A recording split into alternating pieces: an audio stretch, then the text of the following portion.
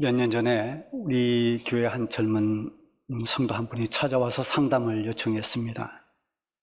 이분은 문을 닫아놓은 그런 좁은 공간에 있으면은 굉장히 숨이 가빠지고 불안하고 두려움까지 생기는 이런 폐쇄 공포증이 있다고 했습니다. 언제부터 이런 증상이 있었느냐고 물었더니 의외의 대답을 했습니다. 학교 다닐 때 교회 수련회를 갔다 온 후로부터 그런 증상이 있었다는 겁니다. 지금은 없어졌지만 예전에는 우리 청소년부나 청년부 수련회를 가면은 꼭 넣는 프로그램이 하나 있어요. 극기 훈련, 담력 훈련. 지금 생각하면 좀 무모한 그런 훈련이긴 합니다만은 우리 교회가 처음 이쪽으로 이전해 왔을 때만 해도 앞에 있는 우리 지금 산책로로 되어 있죠. 거기를 그 무대로 삼았었습니다. 그래서 그 프로그램은 꼭 밤중에 합니다. 놀래키기도 하고 이런 코스를 여러 번 지나는데 이걸 왜 하냐면 우리 신앙생활을 하면서 때로는 어려움이 있고 또 두려운 일도 생기고 많은 어떤 시험도 있지만 그 어려움들을 잘 극복하며 나가자라는 이런 취지로 그런 프로그램들을 진행을 했습니다만 여러 가지 무리도 좀 있고 놀라는 아이들도 있고 해서 그 후로 없어졌습니다.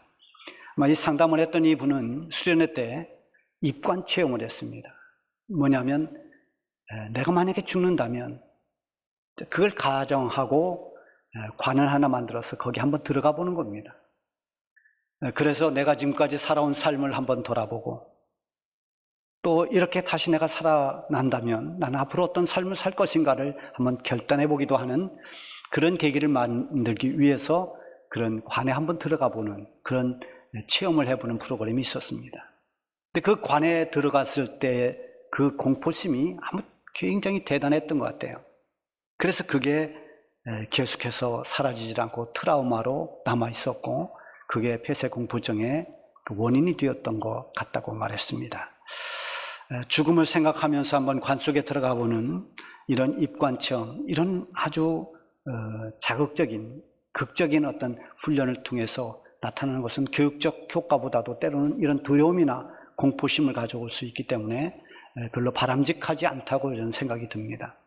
이런 체험이 아니더라도 우리가 그냥 평소에 해볼 수 있는, 만약에 나의 삶이 여기서 끝난다고 한다면 나는 과연 어떤 말을 남기고 싶은가? 그래서 한번 유언을 써보는, 그것은 굉장히 의미 있는 어떤 프로그램이기도 합니다. 지금도 그런 것을 하는 데가 있습니다. 여러분이 만약에 오늘 하나님께서 내 생을 이것으로 마치게 한다면 나는 나의 사랑하는 가족들에게, 나의 자녀들에게 과연 어떤 말을 남기고 싶은가요? 그게 이제 유언이라고 할 수 있는 거죠.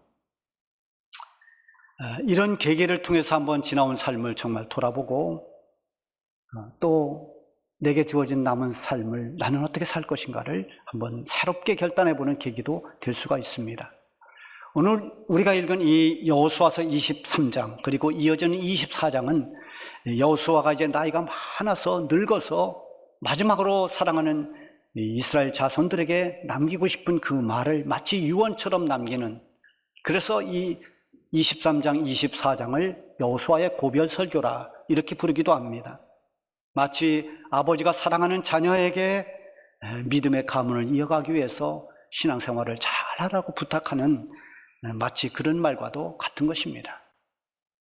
자, 돌이켜보면은 모세의 뒤를 이어서 여호수아가 처음 이스라엘 백성들을 이끄는 지도자가 되어서 그 첫 출발을 할 때 그가 얼마나 두려웠겠습니까? 얼마나 긴장되고 얼마나 떨렸겠습니까? 그렇게 떨리고 긴장됐을 때 하나님께서 말씀을 주셨습니다.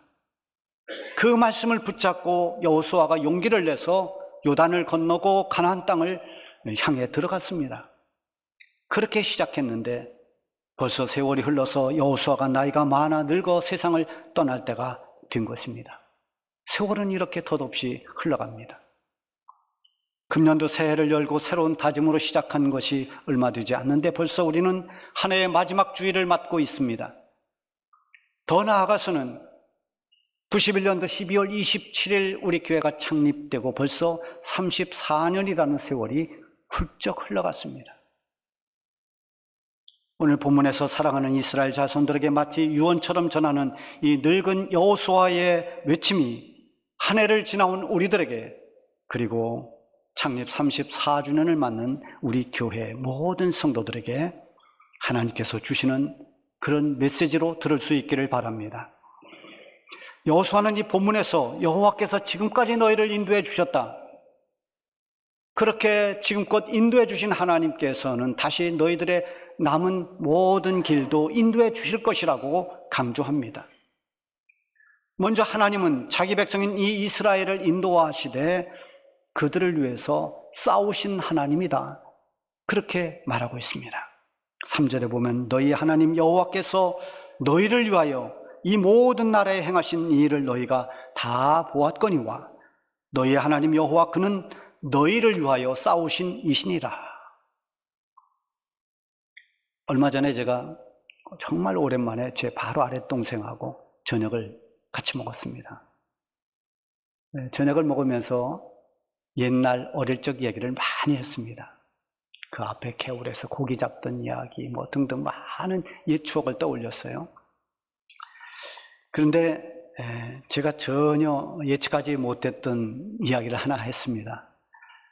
원래 그 동생하고 저하고 이렇게 있으면 다 제 동생이 형인 줄 압니다.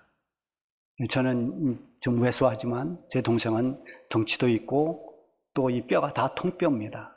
근육질입니다. 힘도 정말 셌습니다. 중고등학교 다닐 때는 싸워서 이기는 아이들이 없었습니다. 이제 그런데 어릴 때는 다르지 않습니까?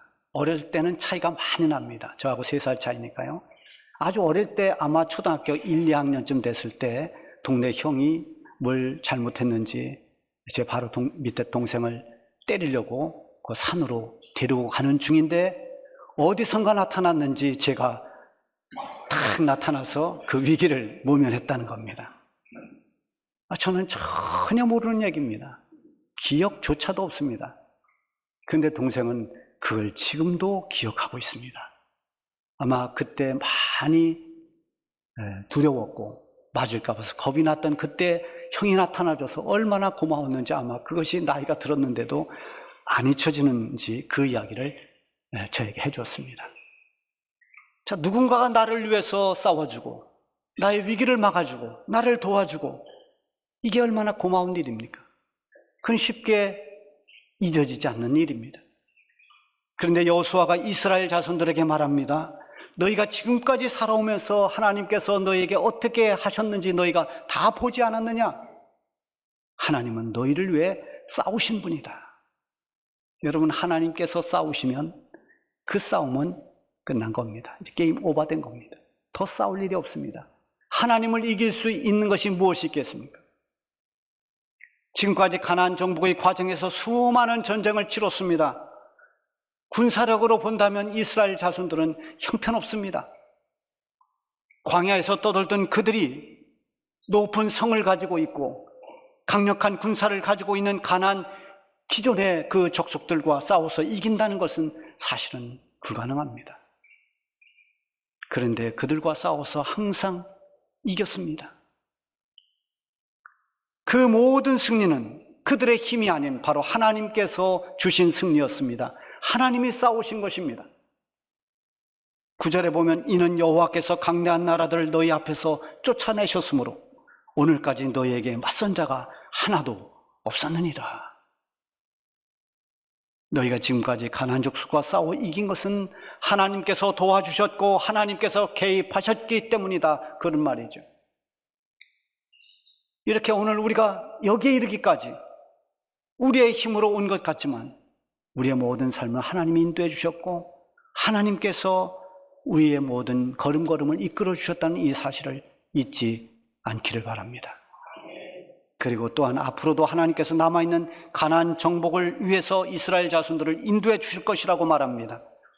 5절에 보면 너희 하나님 여호와가 그가 너희 앞에서 그들을 쫓아내사 너희 목전에서 떠나게 하시리니 너희 하나님 여호와께서 너에게 말씀하신 대로 너희가 그 땅을 차지할 것이라.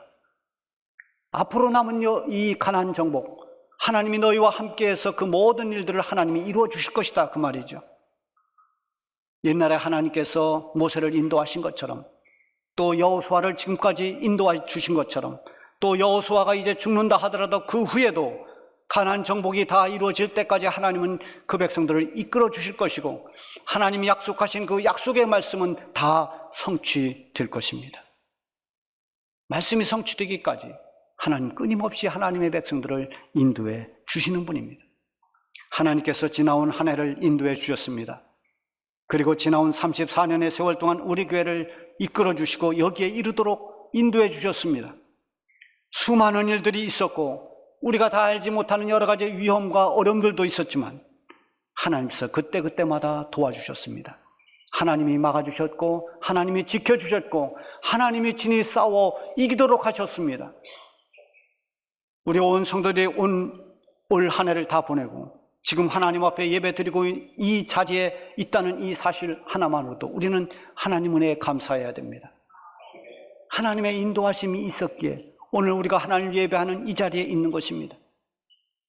우리 교회가 34년을 지나오는 동안 여러 가지 힘든 과정도 잘 통과하면서 이렇게 성장할 수 있었던 이 모든 것, 이것은 하나님의 은혜라고 하는 것을, 이 사실을 여러분들이 결코 잊지 않기를 바랍니다. 여호수아가 이제 나이가 많고 늙어서 이스라엘 모든 지파를 다 세겜에 모았습니다. 각 지파의 장로들과 수령들 그리고 재판관들과 관리들을 다 모아놓고 오늘의 이 말씀을 강조합니다. 지금까지 너희를 인도해 주신 분이 하나님이시고 앞으로 너희를 인도해 주실 분도 하나님이시다. 너희 모든 걸음을 인도하시는 하나님 앞에서 그러면 너희는 어떻게 할 것인가? 우리를 인도해 주시고 앞으로도 인도해 주실 하나님, 그분이 우리의 하나님이다. 그러므로 너희는 이렇게 살아야 된다 라는 것이 여호수아의 외침입니다. 그 첫 번째는 너희는 말씀을 지키며 살아라. 하나님 말씀대로 지켜 행하라. 6절에 보면 그러므로 너희는 크게 힘써 모세의 율법책에 기록된 것을 다 지켜 행하라. 그것을 떠나 우로나 좌로나 치우치지 말라. 여호수아가 백성들을 이끌고 이 가나안 땅으로 들어와서 거의 30년 가까이를 이끌고 왔습니다. 그동안에 얼마나 많은 전쟁을 치렀습니까? 외부의 적들과 전쟁을 치르고 또 이스라엘 백성들 안에서의 내부적인 여러 가지 갈등이나 혼란 상황 이런 것들을 다 잠재우면서 그가 터득한 것이 무엇인가? 이 모든 것을 해결할 수 있는, 감당할 수 있는 그 기준이 무엇인가? 그는 하나님의 말씀을 지켜 행하는 것이다 라는 결론을 얻었습니다. 적들과 전쟁에서 어떤 전술이나 전략도 필요하지만 하나님의 백성들에게 근본적으로 중요한 것은 하나님의 말씀에 순종하는 것입니다. 그는 요단을 건너기 전에 하나님이 주신 말씀을 붙잡고 싸웠을 것입니다. 내가 너에게 명령한 것이 아니냐? 내가 모세와 함께한 것처럼 이제 너와 함께할 것이다. 너는 두려워하지 말고 놀라지 마라. 내가 어디로 가든지 내가 너와 항상 함께하겠다. 이게 하나님이 주신 말씀입니다. 이 말씀을 붙잡고 여호수아는 왔습니다. 아무리 전쟁이 불리한 상황에 몰려도 여호수아는 이 하나님의 말씀을 믿고 행했습니다. 하나님이 나와 함께 하신다. 두려워하지 말자. 강하고 담대하자. 하나님께서 나를 도와주신다. 하나님이 승리를 주실 것이다. 하나님은 언제나 나와 함께 해주신다. 하나님의 말씀을 믿고 그대로 지켜 행할 때 인간의 전술이 따라갈 수 없는 그런 놀라운 결과를 볼 수가 있었습니다. 백성들이 갈등할 때도 하나님 말씀을 상기시켰습니다. 하나님 말씀을 지키는 길이 우리가 사는 길이다. 하나님 말씀을 지켜 행할 때 하나님께서 우리를 형통하게 해주시고 우리를 바르게 인도해 주실 것이다. 이걸 외치면서 하나님께서 처음 백성의 지도자로 출발할 때 주셨던 그 말씀 그대로 적용하면서 실천하며 살아왔던 여호수아가 백성들에게 하나님 말씀을 지켜 행하라고 강조합니다. 하나님 말씀을 순종하며 말씀대로 지키는 것이 바로 하나님의 사람들이 마땅히 해야 할 일입니다. 모든 문제를 풀어가는 답이 하나님의 말씀입니다. 여호수아는 무엇보다도 하나님 말씀을 지켜 행하라고 강조하면서 너희가 언제나 하나님 말씀이 기준이 되라고 강조합니다. 이것은 오늘 모든 우리 그리스도인들에게도 마찬가지입니다. 하나님 말씀에서 우리의 답을 찾아야 됩니다. 하나님 말씀이 우리의 살아가는 삶의 기준이 되어야 됩니다. 하나님의 말씀을 붙들고 살아야 됩니다. 우리 교회가 말씀 암송을 참 많이 합니다. 주간 암송 발표도 하고 또 이 분기별로 또 모아서 다 암송을 합니다. 12개 정도 되는 암송을 그냥 술술술 하고 저지난번에는 우리 꼬마들도 나와서 같이 암송을 이게 하는 걸 보았습니다. 왜 이런 암송을 자꾸 하게 합니까? 이렇게 말씀을 암송함으로 해서 말씀을 가까이 하고 말씀을 기억하고 그 말씀을 지켜 행하며 살기 위한 것입니다. 여러분 언제나 말씀을 지켜 행하시기 바랍니다. 두 번째는 오직 하나님만을 가까이 하고 섬기라는 겁니다. 7절에 보면 너희 중에 남아있는 이 민족들 중에 들어가지 말라. 그들의 신들의 이름을 부르지 말라. 그것들을 가리켜 맹세하지 말라. 또 그것을 섬겨서 그것들에게 절하지 말라. 우상 숭배하지 말라는 거죠. 하나님의 다른 신을 섬기지 말라는 거죠. 당시 가나안 땅에 뿌리 내린 그런 여러 이방 신들이 있었습니다. 특히 풍요의 신이라고 하는 바알 신은 이스라엘 백성들 볼 때 굉장히 매혹적이었습니다. 그래서 하나님을 믿는 그들이 유혹에 빠지고 심지어 하나님을 떠나서 바알을 숭배하는 그런 사람들이 많았습니다. 하나님 품 안에 거해야 할 하나님의 백성이 하나님 아닌 다른 곳에 마음을 뺏기고 섬김의 대상을 바꾸는 것은 스스로 복을 차버리고 멸망의 길로 치닫는 것입니다. 하나님은 그것을 원치 않으십니다.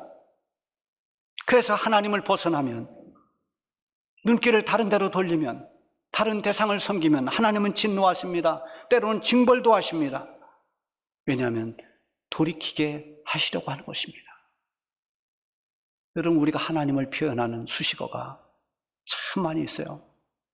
사랑의 하나님, 은혜의 하나님, 좋으신 하나님, 거룩하신 하나님. 이 앞에 붙은 수식어를 보면 다 좋은 것들입니다. 그런데 출애굽기 34장 14절에 보면 아주 특이한 수식어가 붙어 있어요. 너는 다른 신들에게 절하지 말라. 여호와는 질투라 이름하는 질투의 하나님이니라. 질투의 하나님이다. 신명기 4장 24절에도 보면 네 하나님 여호와는 소멸하는 불의요 질투하시는 하나님이시니라. 여러분, 질투라고 하는 것은 부정적인 단어입니다. 인간의 질투는 언제나 부정적 이미지를 가지고 있고 질투가 가지고 오는 결과도 불행합니다. 여러분, 성경에 보면은 다윗이 블레셋의 장군 골리앗의 목을 쳤습니다. 골리앗을 죽이고 백성들이 외쳤습니다. 사울이 죽인 자는 천천히요 다윗이 죽인 자는 만만이로다. 이게 사울에게 치명적이었습니다. 사울의 속에 질투가 불타게 했습니다. 그 심각한 질투 때문에 그는 점점 광기로 물려갔고 그리고 몰락의 나락으로 떨어지고 말았습니다. 인간의 질투는 이렇게 불행한 것입니다. 그러나 하나님의 질투는 다릅니다. 하나님의 질투는 우리를 위한 것입니다. 우상에 빠지거나 하나님을 떠남으로써 멸망에 이르지 않도록 하기 위한 하나님의 애타는 마음이 하나님의 질투로 나타나는 것입니다. 다르게 표현하면 하나님의 질투는 또 다른 하나의 하나님의 사랑인 것입니다. 우리를 멸망하지 않게 하려고,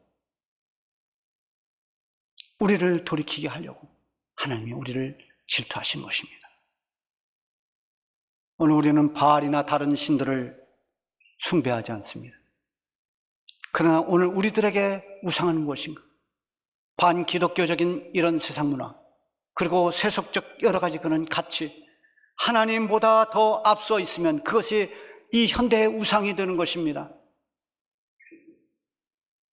하나님 자리에 하나님 아닌 다른 것을 두면, 그래서 그것 때문에 하나님이 뒤로 밀려난다면 그게 바로 그 사람의 우상인 것입니다. 여호수아는 흔들리는 백성들에게 결단을 촉구했습니다. 여러분, 여러분이 섬길 신을 분명히 택하십시오. 오직 나와 내 집은 여호와만을 섬기겠습니다. 여러분에도 이런 결단이 있기를 바랍니다. 세상에 그 무엇도 하나님 위에 두지 마십시오. 오직 하나님만을 가까이 하고 하나님만을 믿고 섬기는 하나님의 자녀로 살아가시기 바랍니다. 그리고 마지막으로는 진심으로 하나님을 사랑하라고 그랬습니다. 11절에 보면 그러므로 스스로 조심하여 너희 하나님 여호와를 사랑하라. 억지로 하면 뭐든지 힘듭니다. 억지로 하는 일은 무겁습니다. 귀찮습니다. 짜증이 나옵니다. 오래가지 못합니다. 그러나 사랑으로 하는 일은 즐겁습니다. 어떻게 사랑으로 할 수 있는가요? 그 사랑의 대상이 있어야 됩니다. 무엇을 사랑하느냐? 그 사랑하는 대상이 있으면 그 대상 때문에 힘을 냅니다. 어떤 사람은 식물을 좋아합니다. 크게 매달립니다. 많은 시간을 투자합니다. 노력을 투자합니다. 그래도 아까워하지 않습니다. 어떤 사람은 동물을 아주 사랑합니다.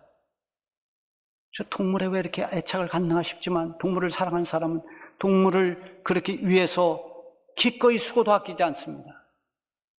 사람을 사랑하면 기쁨으로 할 수 있습니다. 먼 길도 멀다 느끼지 않고 달려갈 수 있습니다. 힘든 것도 힘들다 하지 않고 할 수 있습니다. 그런데 하나님의 은혜를 깨닫고 하나님을 사랑해서 신앙생활을 한다면, 그렇게 하나님을 사랑하는 사람은 신앙생활이 결코 불행하지 않습니다. 신앙생활이 행복한 것입니다.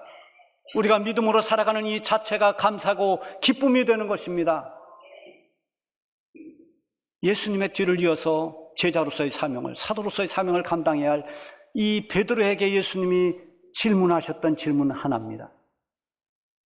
네가 나를 사랑하느냐? 사랑해야 그 일을 할 수 있기 때문입니다.